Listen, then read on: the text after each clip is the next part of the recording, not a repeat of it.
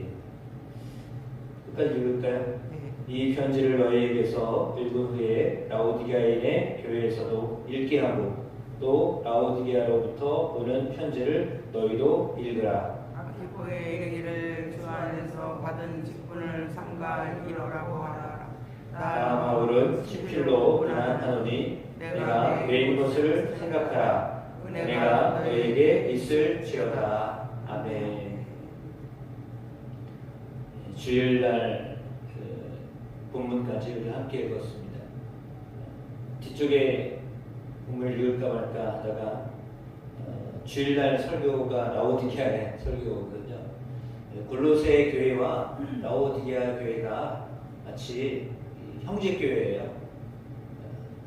지역이 비슷합니다. 그래서 서신도 오늘 말씀에 나와 있는 것처럼 라오디게아인의 교회에서도 읽게 하고 라오디게아로부터 오는 편지를 너희도 읽으라 라고 했습니다. 주고받으면서 서로 필요한 것들을 함께 공유해라 라고 하는 이제 그 말씀 마지막에 덧붙여서 하고 있습니다. 그러니까 요한계시록에 라오디게아 교회 이름은 나오지만 실제로 이 골로새서 여기 외에는요 다른 데는 본문이 나오지 않아요. 그래서 라오디게아 교회는 누가 세웠는지 좀 분명하지 않고요.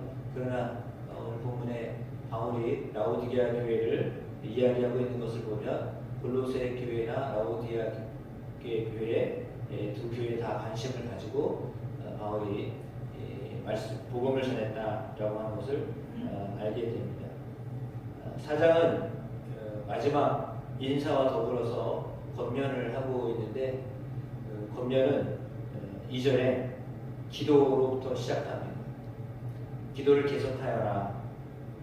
그 기도를 감사함으로 깨어 있어라 라고 말합니다.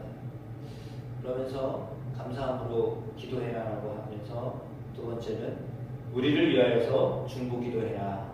기도해라.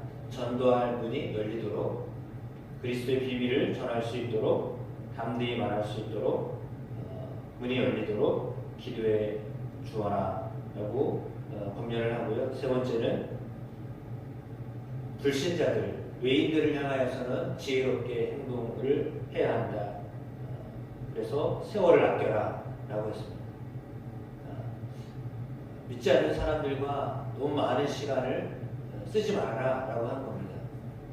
세월을 아껴라 라고 말하고 있는 거죠. 그래서 지혜롭게 행하여서 세월을 아껴라 라고 말합니다. 따라서 물론 우리가 세상을 살아가기 때문에 세상에서 살고 있기 때문에 세상과 등지며 살아라 라고 하는 것은 온당하지 않습니다. 그냥 이 안에서만 머물러라 라고 말하는 것은 온전치 못합니다. 그것은 잘못될 가능성이 많습니다. 그래서 우리 공동체 안에서만 머물고 세상에서는 살지 말아라, 우리끼리 어떻게 해보자 라고 하는 것은 상당히 위험합니다. 만약에 믿음이 좋은 어떤 수도원 영성 이렇게 살아가자는 의미인데 그렇게 살 수 있다고 한다면 모를까 그거는 모든 생업을 다 거두고 그 안에서만 살겠다라고 하는 건데 정말 하나님께 완전히 헌신하고 살지 않는 이상은 그렇게 사는 것이 쉬운 삶이 아니잖아요. 지금도 역시 마찬가지로 그렇게 살려고 하면 그 삶이 정말 만만치 않은 삶입니다. 그런데 아무튼 우리가 함께 더불어 살 수밖에 없는 세상에서 살고 있지만 그럼에도 불구하고 우리가 어떻게 살아야 되는가 가르쳐주고 있는데 6절에는 너희의 말이 항상 은혜 가운데서 소금으로 맛을 낸과 같이 하여라.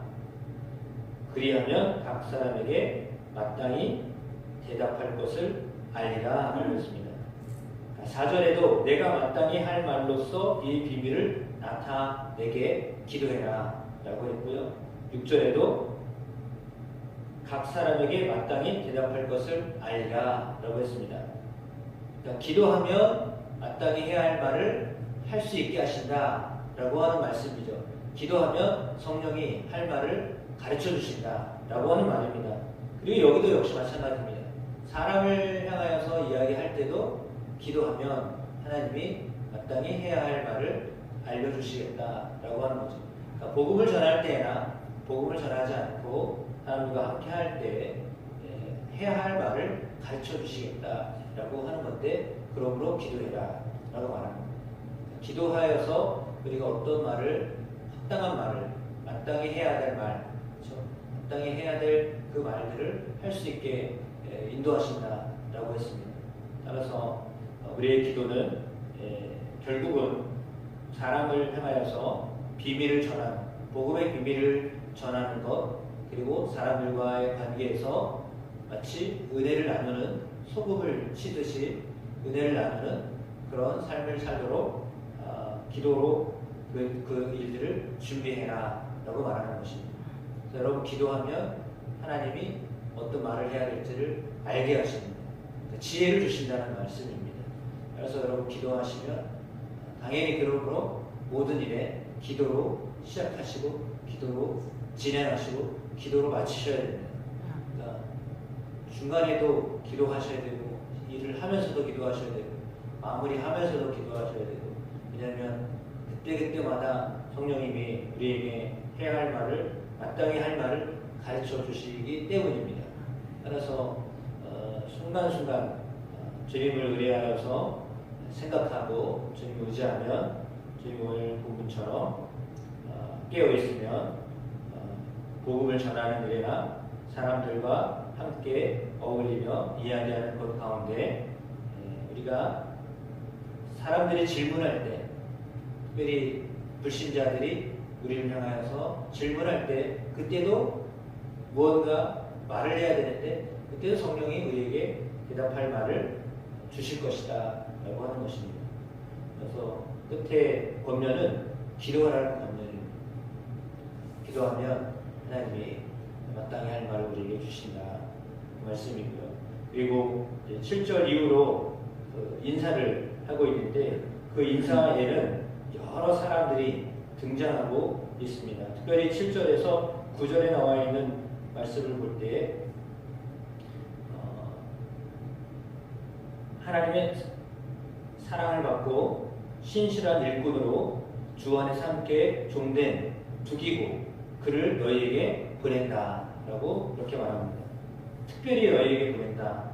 그거는 우리의 사정을 너희에게 알게 할 뿐만 아니라 너희의 마음을 위로하기 위해서. 그러면 두기고를 파송한다라고 하는 것은 그러니까 목회자로 그 역할을 감당하도록 너희가 내 대신에 두기고를 보낸다라는 말을 하고요. 더불어서 한 사람을 더 보냈는데 오네시모입니다.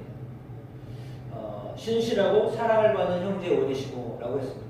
두기고를 설명하면서도 똑같은 말을 했죠. 사랑을 받는 자예요, 신실한 일꾼이다. 똑같이 오네시모를 향하여서도 신실하고 사랑을 받는 형제다. 똑같은 말을 했습니다. 그런데 여기는 형제 오네시모 이렇게 썼습니다. 사실 오네시모는 누굽니까? 도망쳤던 사람이에요. 골로새 교회에 빌레몬이라고 하는 사람이 있었는데 그 집에서 일하던 노예예요. 근데 도망쳤던 사람이잖아요. 근데 도망쳤던 사람인데 잘못했으니까 감옥에 갇혔습니다. 감옥에 갇혔는데 바울을 만났습니다. 그래서 바울을 만나면서 회심을 했습니다. 예수를 믿는 신실한 사람이 됐습니다. 그러니까 거짓말장이요, 도둑질한 사람이요, 횡령한 사람이었는데 바울을 만나면서 이제는 바뀐 사람이 된 거죠. 신실한 일꾼이 됐다. 저도 사랑을 받는 사람이다. 라고 하면서 이제 완전히 달라진 사람을 다시 너희에게 보낸다. 그때 오네시모의 마음은 어떻겠습니까? 사죄하는 마음으로, 그러나 그를 형제처럼 받아들여라 라고 이렇게 이야기합니다. 그래서 그러하여금 지난날에 잘못했던 것들을 만회할 수 있는, 그의 삶을 이제 온전케 할 수 있는 기회를 주는 거죠. 거기 가면 민망해서 어떻게 하겠어 라고 하는데, 그게 아니라 거기서 다시금 제대로 역할을 감당할 수 있도록, 그래서 빌레몬 서신을 보내고 빌레몬에게 잘 받아줘라, 용서해줘라, 그가 뭐 잘못한 거 있으면 내가 다 줄 거다, 뭐 이런 말까지 하면서 이렇게 오네시모를 너희에게 보내니 그가 모든 인류를 또한 함께 더불어 같이 할 것이다 라고 두 사람을 이제 추천을 하면서 영접해 줄 것을 이야기합니다. 그리고 마가에 대한 얘기 나오죠. 아리스타고 유스도 이런 사람들의 이야기들이 다 나의 위로가 되었다라고 하는 말씀과 더불어서 마지막에 나아가서 에바브라에 대한 이야기가 나와 있습니다. 에바브라가 너희에게서부터 왔었는데 그가 너희를 위해서 애써서 기도한다. 열심히 기도하고 있고 너희가 하나님의 뜻 가운데 완전하고 확신 있게 서기를 구하고 있다. 그러면서 13절에 라오디게아에 있는 자들과 히에라볼리에 있는 자들을 위하여 많이 수고한 것을 내가 증언하노라. 이렇게 이야기합니다. 에바브라가 이제 너희들이 많이 힘쓰고 있고 그런 상황 속에 있다.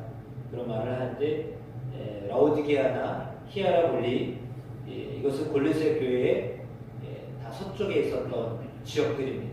그래서 다 함께 더불어 같이 있었던 지역 이름이고 그러나 이제 오늘 성경은 골로새 교회를 향하여서 주셨고 그 골로새 교회에서 회람해서 편지를 같이 읽도록 이렇게 하고 있습니다. 주일날도 말씀을 전하겠지만 히에라볼리는 온천이 나오는 지역입니다. 화목갈래라고 온천이 나오는 지역이고요. 골로새 지역은 냉수가 나오는 지역입니다. 그리고 라오디게아는 그 양쪽 물을 받는 곳입니다. 거기 물이 없습니다. 그래가지고 이 라오디게아 교회가 책망을 받았잖아요. 네가 덥지도 않냐고 뜨겁지도 않냐고 내가 차지도 않는다. 그럼 그럴 수밖에 없는 게 물이 없어요. 그래가지고 받아 먹어야 되는 상황이니까 그럴 수밖에 없는 상황이에요.